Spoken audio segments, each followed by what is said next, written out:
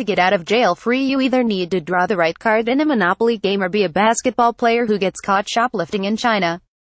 LiAngelo Ball, Jalen Hill, and Cody Riley, who are now on indefinite suspension from the UCLA Bruins basketball team, were in China with their team for a basketball game against Georgia Tech. The trio was arrested after allegedly shoplifting from a Louis Vuitton store in Hangzhou, China. After being detained for over a week and facing up to 10 years in prison, they were released after President Donald Trump intervened on their behalf with Chinese President Xi Jinping. These are not the only prisoners that Trump should have freed. Far more important are the people imprisoned in the United States for victimless crimes.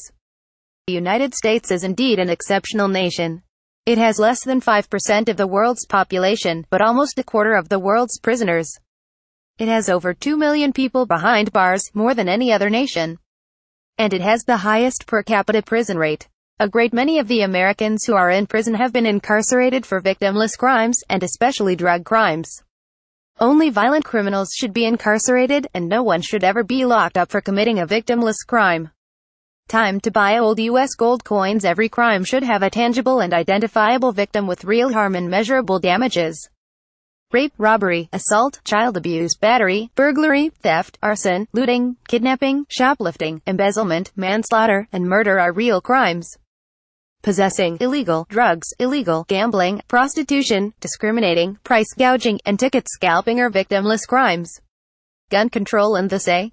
Lawrence M. Bans by new $5.95 as of 10/40s details prosecuting Americans for committing victimless crimes turns vices into crimes unnecessarily makes criminals out of otherwise law-abiding Americans is an illegitimate function of government criminalizes voluntary, consensual, peaceful activity costs far more than any of its supposed benefits does violence to individual liberty and private property and is incompatible with a free society.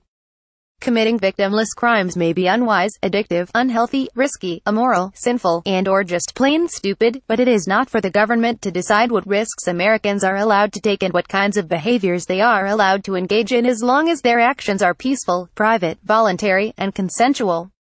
According to Article 2, Section 2, Clause 1 of the Constitution, the President shall have power to grant reprieves and pardons for offenses against the United States except in cases of impeachment. According to the case of ex-party Garland 1867, the scope of the president's pardon power is quite broad. And according to United States v. Klein 1871, Congress cannot limit the president's grant of an amnesty or pardon. This means that Trump could, today, pardon every American in a federal prison for committing a victimless crime.